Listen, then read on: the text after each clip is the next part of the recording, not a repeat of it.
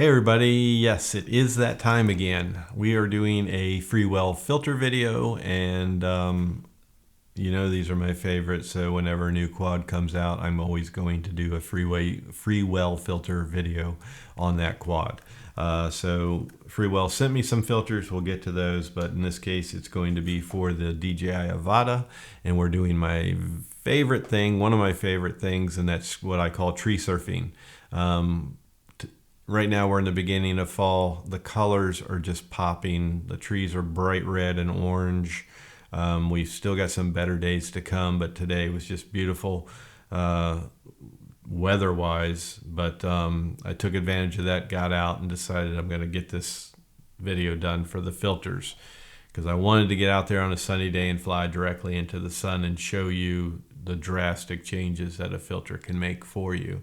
So we get out there and just fly directly into the sun, which is not always your best thing. Your best thing is flying away from the sun. But in this case, we're flying directly into the sun, getting really close to the treetops, just kind of over top of them, riding like this and going around them. And what I did was we just kind of went with the camera settings, the rule of thumb, if you will.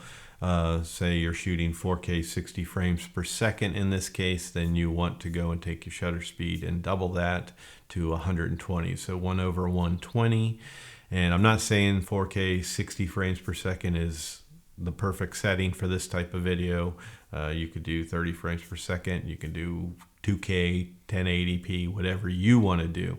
That's just what I chose. So after that, you want to set your ISO, and rule of thumb there is you want to keep your ISO as low as possible, 100 or 200. And if you go higher, then you increase the chances of having noise in your video. So here's what confuses a lot of people when they're set these manual settings. Boom, your exposure is it's way overexposed and all blown out. So that's when you go and you choose the right filter. So depending on how overexposed you are, you'll kind of know what filter to go to. If it's a little bit, you want to start with a 16. In this case, it was crazy. It was terrible video quality. So I went straight to the ND32, and that looked really good. And you'll see such a huge difference just putting that filter on, and boom, all the colors are there. Sky was a little bluer than I expected it to turn out to be. There were no clouds in the sky at all, and it was a weird kind of blue, but it's a stronger blue. So it's something that I could have changed in post, but I wanted to leave it alone and just leave it all natural. So we put on that ND32 and all the colors just popped. Then put on the ND64, and don't see a huge difference there, but you can be the judge. And you can let me know in the comments what you liked better, the ND32 or the ND64. If anybody says that they liked it with no filter whatsoever, you're on crack, because that looked like crap. But the one thing you'll notice with no filter whatsoever is at the very bottom of the screen, you'll see this glare, this hard square glare. And what that is I had my ribbed riders on the quad, which I really did not need for this type of flight. But I had my ribbed riders on from original Dobo, and I have the bright yellow, and they just completely reflected the sun into the lens. So what I'm doing is I'm taking black flat paint and just painting the beginning portions of them, and that will hopefully take care of that glare. But as soon as you put the filters on, it's pretty much a non-issue. So really it's not a big deal, because without filters the image looked like crap anyhow, and it's nothing I was going to use. So in the video, you're going to see all my settings at the very bottom of the screen. They do not change whatsoever. I leave those settings alone, and then we put on the ND32 and the ND64, like I said. This is the filter right here. This filter is a lot more dainty than what we're used to. I mean, see if we can get it. And I mean, you can see it's very, there we go. It's very thin framed. You want to be very careful. Don't get your fingerprints on the inside, because then once it's on, of course, you can't take your cloth and wipe it. You're going to find it's very hard to put it on and not get your fingerprints on the outside. So just make sure you have your cloths with you. But if you look at the lens, it's got that like sunshade type lip on the top and bottom of it. And it literally just sits right in there, real simple and easy, except I think I have it backwards. Yes, I do. So it sits on there really simple and easy, just sits right into place.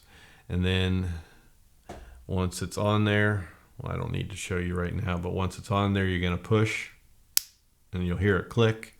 And that's when you get your fingerprints on it. So you want to make sure you have your cloth. And when I wipe mine, I just sweep to one side. I don't sit there and scrub it. I don't go in a circular motion. I just brush it off to the side like this. Nice and simple. And then you can see the filter is on. And that is my UV filter right there. And your UV filter is usually something you can leave on if you want to leave that on to protect your lens in the event of a crash. A UV filter is one that's safe to leave on there where it's really not going to affect things whatsoever.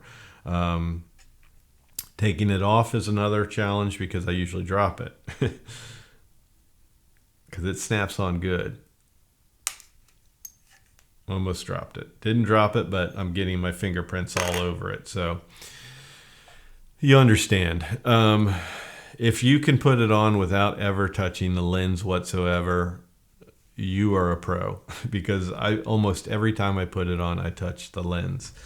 But that's pretty much it. It was a windy day, blowing it around. It was extreme sun, the most extreme conditions I could have anyhow for a filter test. So I think it's a pretty good video to show you just how drastic it changes when you when you snap the right filter on there, and everything all the colors just look beautiful.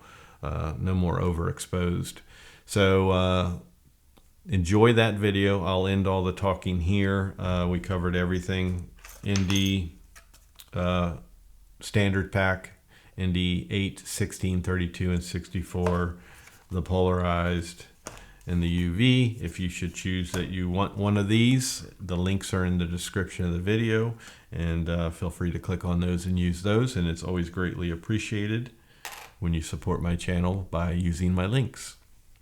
And yeah, that's pretty much it. So I'll end the video and you go on over and just watch the flight. It's only a total of 6 minutes for the whole thing. It's very easy to watch, and I hope you enjoy it and get a better understanding of how the filters work for you in setting up your camera manually. And with that being said, I'll end it and just say peace and love.